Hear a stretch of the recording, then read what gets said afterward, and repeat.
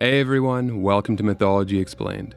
In today's video, we are going to dive into Egyptian mythology, going over its 10 most powerful gods. I'll make another video for the goddesses later on. The order in which the gods are discussed in this video isn't based on power but on precedent, beginning with the creators. Alright, let's get into it. Starting us off is Ptah. One of ancient Egypt's many creator deities, Ptah was said to have created the world with his heart and tongue. According to the beliefs of the ancient Egyptians, the heart was the center of thought and feeling. Because of this, Ptah first pictured and planned the creation of the world in his heart, visualizing the world as a craftsman visualizes his next project. With the idea conceived, it then passed to the tongue, which manifested the idea, bringing it to life.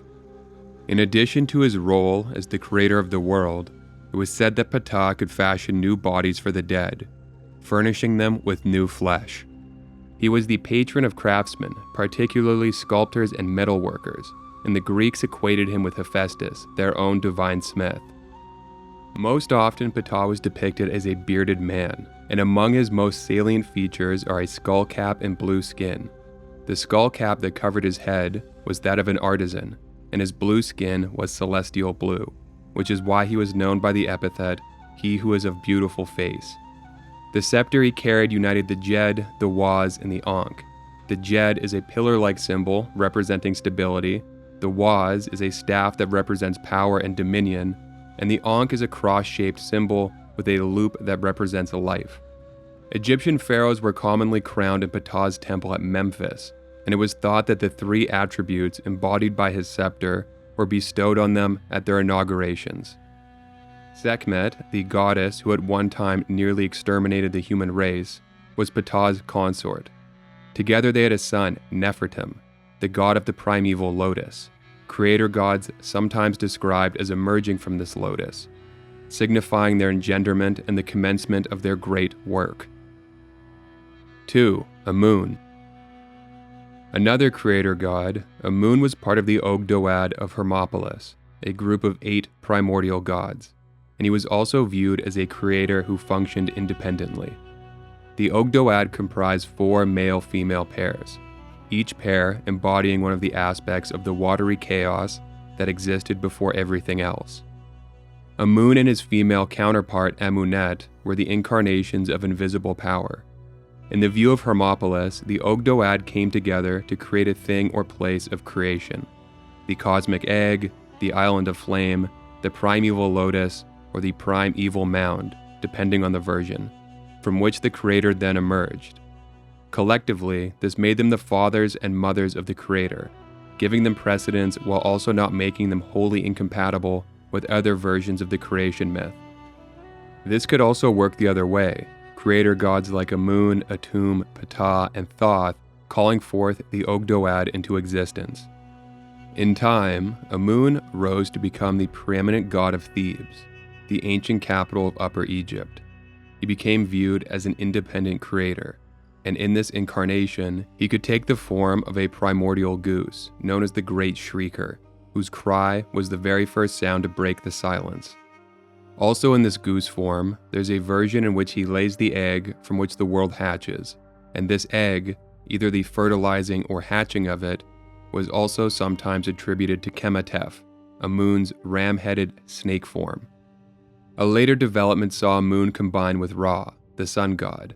In this incarnation, becoming the amalgamated entity Amun-Ra, he was the king of the gods, the creator of the world, and the sustainer of life. Making him distinct from other gods, Amun wasn't thought to live in some divine domain, remote and resplendent. Instead, he was ubiquitous, existing everywhere as an all-pervading presence, something that could always be felt but never seen, like the wind. His succor suffused all of creation, available to highborn and lowborn alike, lending his might to pharaohs and their armies, and extending his aid to those in sorry states, those bereft of coin, counsel, and camaraderie. Amun was usually depicted as a bearded man in the prime of adulthood, a headdress topped with a double plume surmounting his head. As a member of the Ogdoad, his consort was Amunet, but this changed when he became viewed as an independent creator. Mut, sometimes said to be the great mother of creation, became his consort, and together they had a son, Khonsu, a lunar deity. 3. Thoth. Usually depicted as a man with the head of an ibis, a type of wading bird, Thoth also has a lesser-known baboon form. It was said that Ra created these two incarnations, the ibis functioning as the intermediary between earth and heaven, conveying messages between the two planes, and the baboon luminously glowing in the night sky while the sun god journeyed through the underworld. The god of wisdom and secret knowledge, Thoth was credited with the invention of writing and with the development of all the languages spoken by humanity. He was also associated with healing, especially as it pertained to the gods. According to one version, it was Thoth who healed Horus's eye after Set gouged it out and destroyed it. Concerning Thoth's emergence into the world, there is an array of disparate accounts. In one, he materialized from Set's forehead.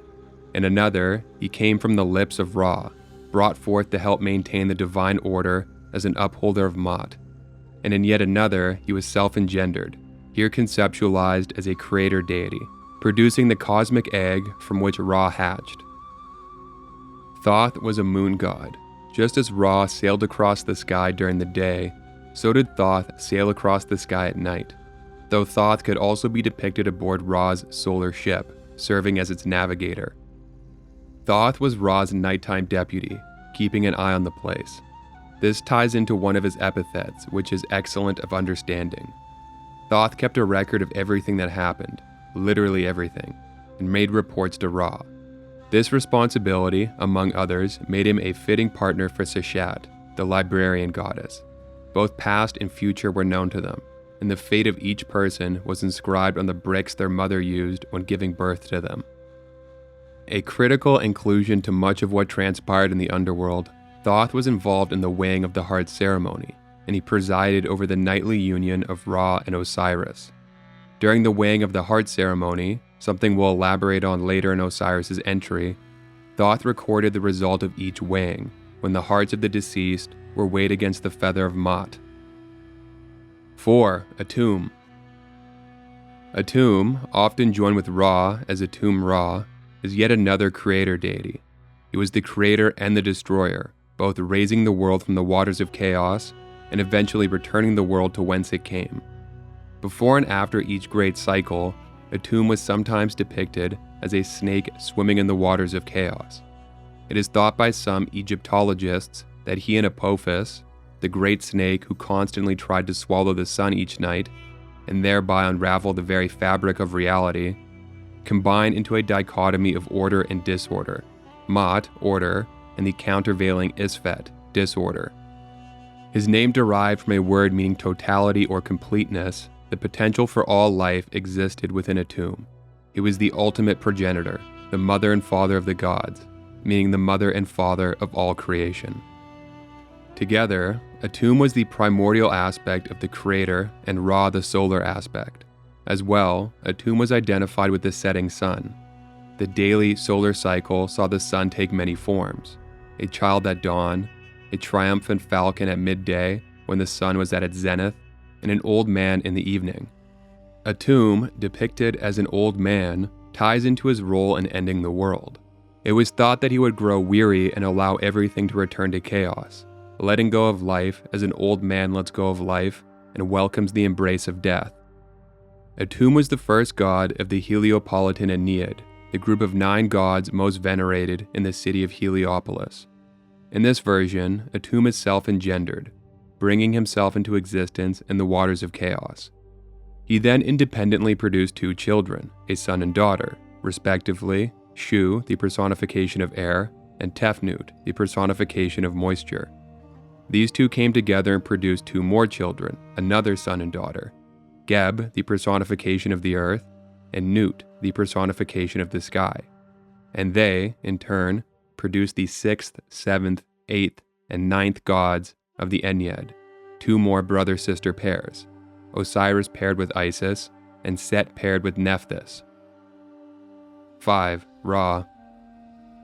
As we've seen, Ra was often combined with other gods, especially creator gods. He was the great sustainer, the ultimate source of energy, light, and life.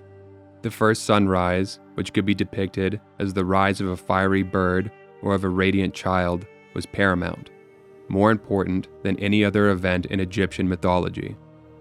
He was the first king, and he ruled directly on earth for years uncounted in the bygone era in which gods and humans cohabitated. In time, Ra became an old man, and this triggered a number of developments. He became elderly and less formidable, and consequently, humanity rebelled, a transgression that nearly saw it exterminated by Sekhmet.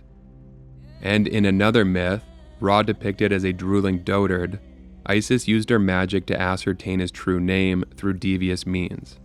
It is explained that Isis was only successful in her endeavor because Ra was frail and his faculties were fading. Eventually, Ra ascended to the sky, beginning his daily arc across it and his nightly journey through the underworld. Following his departure, the kingship passed on to other gods. Horus was the last of them, the age of the pharaohs, beginning after his time. Each day, Ra's arc across the sky was viewed as a microcosm of the length of his life. Newly born in the morning, most powerful at midday, and elderly in the evening. Then passing on to the underworld as the souls of hoary people, the last hale and hearty vestiges gone from them, pass on. In the underworld, many things happened. 12 regions had to be traversed, challenges needed negotiating and dangers overcoming.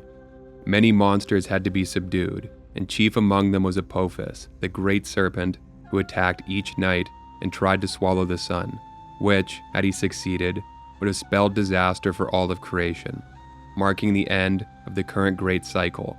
Life, even the afterlife, exterminated as Ra was extinguished. Fortunately, Ra did prevail each night, assisted in his nightly mission by the many gods who accompanied and protected him. Each morning, Ra was reborn from the womb of Nut, the goddess who personified the sky. Older traditions give a more brutal and detailed rendering of this. Ra being devoured by the sky at night, replaced by the stars, then Ra devouring the stars in the morning, staining the sky with their blood, this accounting for the red hues of the dawn. 6. Shu. Shu, the personification of air, and Tefnut, the personification of moisture, were, respectively, the second and third gods of the Ennead. In this variation of the creation myth, they were the first children procreated. Atum, the first god, was self-engendered. He impregnated himself and independently brought the next generation of gods into existence. After a period of gestation, Shu was sneezed out and Tefnut was spat out. In this way, how the first divine pair entered the world is representative of what they personified, sneezing more so associated with air, and spitting more so associated with moisture. Initially, it was as if Atum had brought forth two more aspects of himself, he and his two children at first united as a sort of trinity, as opposed to three individual gods that were discrete from one another. Eventually, the three of them were separated, and as to how this came to pass, there are different versions. In one, Shu and Tefnut simply became lost in the darkness of the infinite chaos, either accidentally wandering off or intentionally going forth to explore. Regardless, Atum was worried and lonely, so he took the eye from his forehead and sent it out to scour the watery abyss. All of them were reunited in the end, though they never recombined. Tefnut was the sister wife of Shu, and their coupling was the very first male-female union. From them came their son Geb, the personification of the earth, and their daughter Nut, the personification of the sky. As was the case in Greek mythology in the primordial past, Earth Gaia and sky Uranus conjoined, the material world not yet properly ordered, so too were Geb and Nut conjoined, and their separation, which was executed by their father, is one of the most commonly depicted events from Egyptian mythology. He became a giant of cosmic proportions, trampling his son underfoot and pressing his daughter up overhead. With earth and sky sundered and situated, an atmospheric expanse of air and light now between them, creation could commence, which is why Shu was sometimes viewed as a creator deity.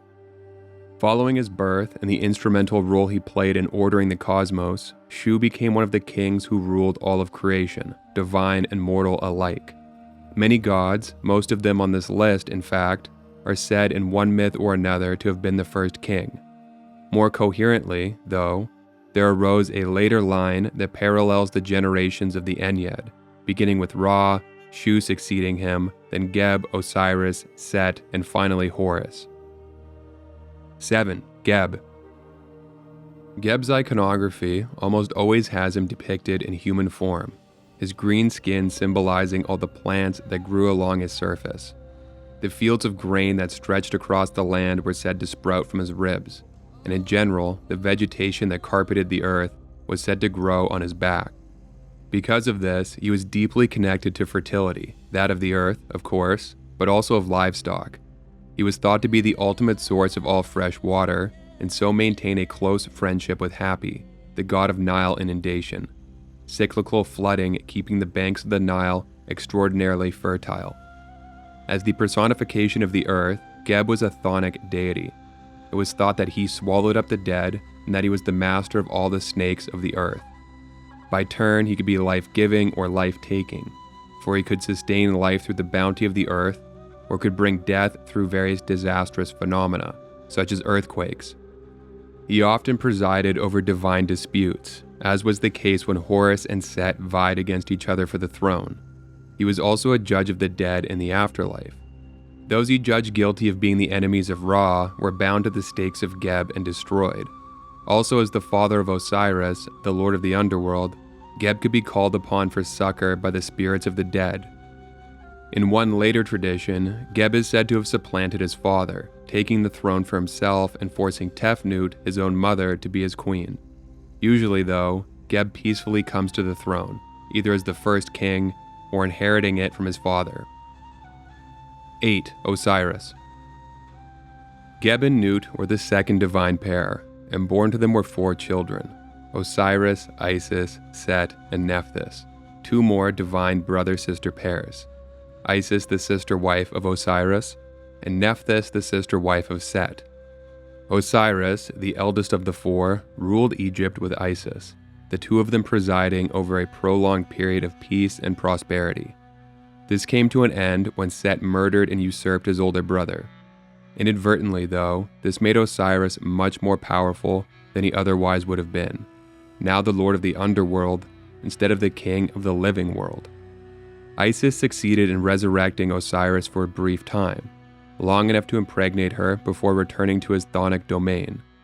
Later born to them was Horus, the rightful king, who would eventually reclaim his father's crown, challenging and defeating Set. Typically portrayed as a mummified pharaoh, he wears the Atef crown, a tall, white conical headdress adorned with ostrich feathers on either side. His face is commonly shown with green or black skin, reflecting his association with regeneration and rebirth. In his hands, Osiris usually holds the crook and flail, symbols of kingship and authority. Seated on his throne in the Hall of Two Truths, Osiris presided over the judgment of the heart ceremony. The hearts of the deceased were weighed against the feather of Maat: truth, balance, harmony, justice, basically all the positive aspects of universal balance. If the heart outweighed the feather, then the person didn't live out their days in keeping with the principles of Maat. These souls suffered the second death, devoured by the monster meat and thus condemned to oblivion. If the heart was of equal weight with the feather, then the opposite was true. These souls could either ascend to the stars, enter the field of reeds, known as Aru, a paradise similar to the mortal world, or enter into the service of the gods. In Egyptian mythology, Ra embarks on a nightly voyage through the Duat, the Egyptian underworld, this accounting for the disappearance of the sun and the darkness of the night. As he travels in his solar bark, Ra encounters various deities, demons, and spirits. One of the most important moments in this nightly gauntlet of challenges and dangers is the union of Ra and Osiris.